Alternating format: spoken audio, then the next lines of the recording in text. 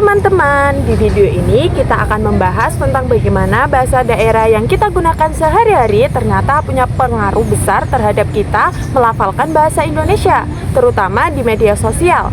Yuk kita bahas bareng-bareng. Nah, kalian tahu nggak sih fonologi itu apa?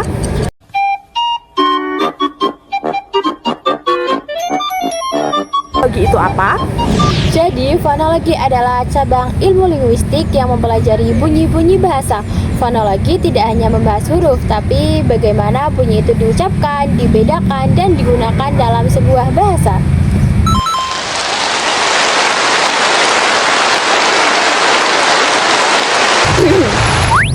Nah, dalam bahasa Indonesia ada dua konsep penting. Yang pertama itu fonem, yaitu satuan bunyi terkecil yang membedakan makna. Contoh P dan B berbeda, sehingga pala dan bala punya arti yang beda. Kemudian ada alofon, adalah variasi bunyi dari fonem yang sama. Misalnya huruf E di kata apel, beda bunyinya dengan huruf E di kata apel, tapi keduanya tetapi fonem yang sama. Indonesia memiliki lebih dari 700 bahasa daerah yang artinya setiap penutur bahasa Indonesia kemungkinan besar juga menguasai atau terpengaruh oleh bahasa daerahnya masing-masing. Kondisi dua bahasa ini disebut bilingualisme, kemampuan seseorang menggunakan dua bahasa secara bergantian. Akibatnya, saat berbicara atau menulis dalam bahasa Indonesia, pola bunyi dari bahasa daerah seringkali ikut terbawa. Fenomena inilah yang kita sebut sebagai interferensi fonologis. Nah, jadi apa sih itu interferensi fonologis? Apaan tuh? Interferensi fonologis adalah masuknya sistem bunyi dari bahasa pertama, yaitu bahasa daerah, ke dalam bahasa kedua, yaitu bahasa Indonesia. Hal ini sangat wajar terjadi terutama ketika seseorang baru belajar bahasa Indonesia secara formal, lebih sering menggunakan bahasa daerah di lingkungan sehari-hari, berkomunikasi santai di media sosial tanpa memperhatikan kaidah baku. Nice. Vokal A dalam bahasa Indonesia berubah menjadi O karena pengaruh sistem vokal bahasa Jawa. Penghilangan fonem apokope atau aferesis, beberapa penutur menghilangkan fonem di awal dan di akhir kata. Aferesis adalah penghilangan fonem di awal kata. Misalnya, sudah menjadi udah dan sudah menjadi da. Apokope adalah penghilangan fonem di akhir kata. Misalnya, tidak menjadi enggak atau enggak. Ini sangat dipengaruhi oleh dialek Betawi dan Jakarta yang sudah lama bercampur dengan berbagai bahasa daerah. Di Twitter, contohnya, udah gue bilang dari tadi nggak mau dengerin sih.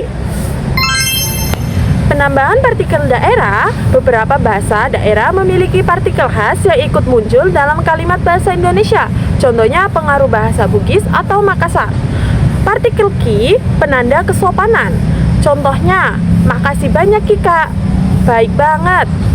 Terus ada partikel mi, itu menandakan selesai atau sudah. Selesai mi tugasnya, lega sekali. Kemudian di bahasa Jawa ada pengaruhnya juga, yaitu partikel e dan ne. Wah senengnya, akhirnya jadi juga. Kemudian ada alikode dan campur kode fonetis. Alikode adalah perpindahan dari satu bahasa ke bahasa lain dalam satu percakapan. Campur kode adalah penyisipan unsur bahasa lain dalam satu kalimat. Contohnya percakapan sehari-hari di media WhatsApp.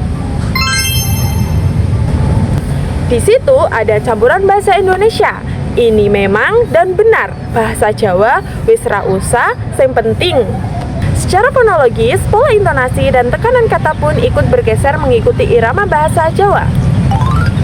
Selanjutnya ada dampak interferensi fonologis. Yang pertama ada dampak positif, yaitu memperkaya bahasa Indonesia.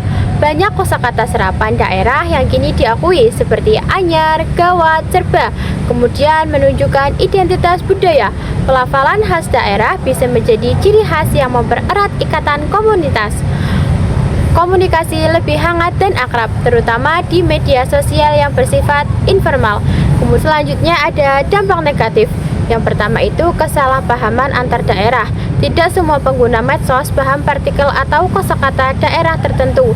Kemudian melemahkan kompetensi fonologi baku. jika tidak diimbangi pembelajaran bahasa Indonesia yang baik. Kemudian penyebaran pelafalan non baku secara massal. Media sosial mempercepat penyebaran bentuk-bentuk non standar. Mengapa sih semua itu terjadi di media sosial? Ada beberapa alasan mengapa interferensi fonologis justru sangat terlihat di media sosial. Yang pertama ada komunikasi bersifat informal. Pengguna tidak terpaku pada kaidah baku. Yang kedua ada kecepatan mengetik. Tidak ada waktu untuk mengoreksi kebiasaan pelafalan. Yang ketiga ada komunitas berbasis daerah. Grup atau komunitas yang homogen mendorong penggunaan dialek. Dan yang terakhir ada konten kreator daerah.